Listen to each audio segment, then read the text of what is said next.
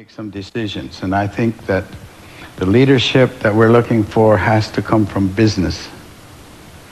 Very, very important now, because business carries more authority, and they carry the economics of the world. Today, we're bound together much closer than we were so many years ago, 1,000 years ago.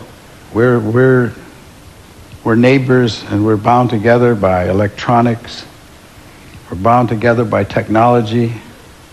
And the world has become, quote, a market. And it's this market that we have to deal with. And it's this idea of boundless and endless resources. And when you say resources, you're talking about our relatives. You're talking about our family. Fish are our family. It's not a resource, it's a family. It requires all the respect. The structure of the world itself is such.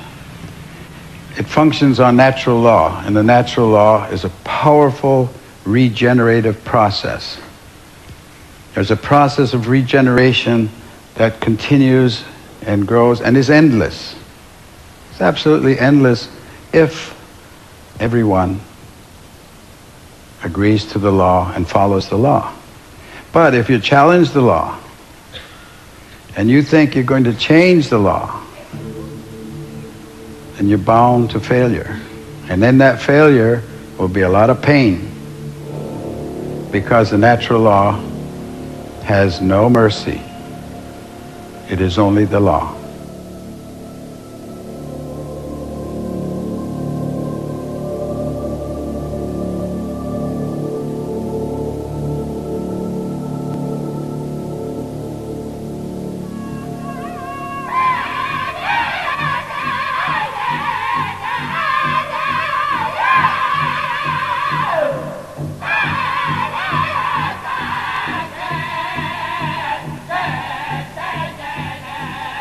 The earth is all-powerful. Wasn't made here for human beings. He said we're part of it. But we don't have to be here, because the earth has its own process. And if it becomes to the point where you destroy yourself as human beings and you destroy life and finally leave this earth, the earth's not going to disappear. There's not going to be an end of the world. That's really a very interesting concept to us. No, the world won't end. People's life on it will. So it's not the end of the world you're talking about, it's the end of us. And the world, no matter what damage you think you've done to it, will regenerate, will regreen, will redo everything that was here at one time, except there won't be any people. Because it's got all the time in the world. I said, now, as you're coming down the final stretch, you're racing towards the finish, and there is the stone wall, and you're not pulling your horse. You're not stopping. You're in fact accelerating. I said, now, that's the way I see the use of what you call resources. You're using them faster than they're reproducing. And you're headed towards that disaster, and none of you are pulling your horse. I said, take the example of a car race or racing cars. They have a yellow flag.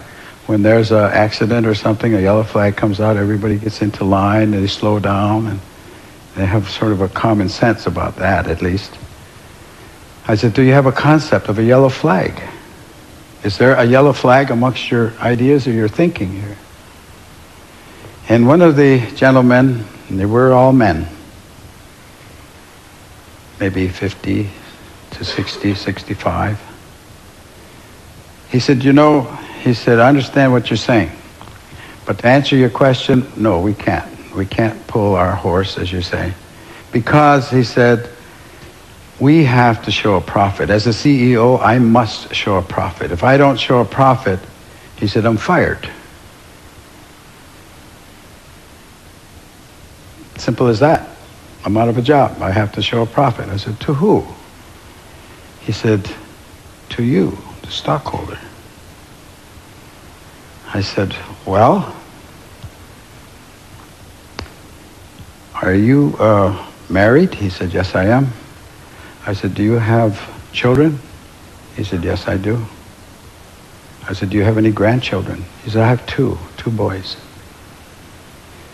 I said, when do you cease to be a CEO and become a grandfather?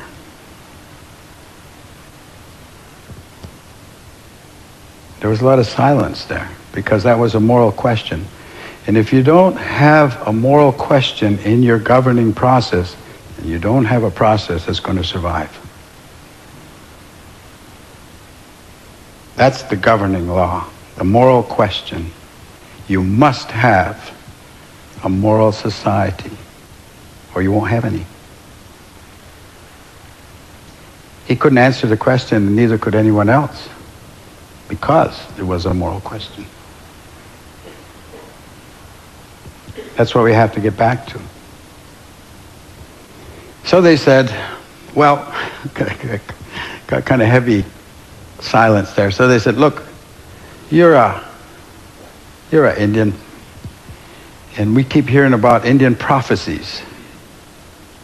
Can you give us a prophecy? Can you tell us a prophecy? And of course, I told him a lot, because I know a lot of them. But at that particular moment, I said, certainly I can. And I can guarantee it. I said, really? Well, what is it? I said, next year you'll meet and nothing will have changed. And again, there was silence.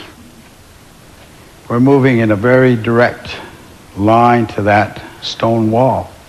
I do not believe personally that we have passed the line or the point of no return. But we're approaching it. We're approaching it. And every day that you don't do what's right is a day that you've lost an option. And you're losing your options every day.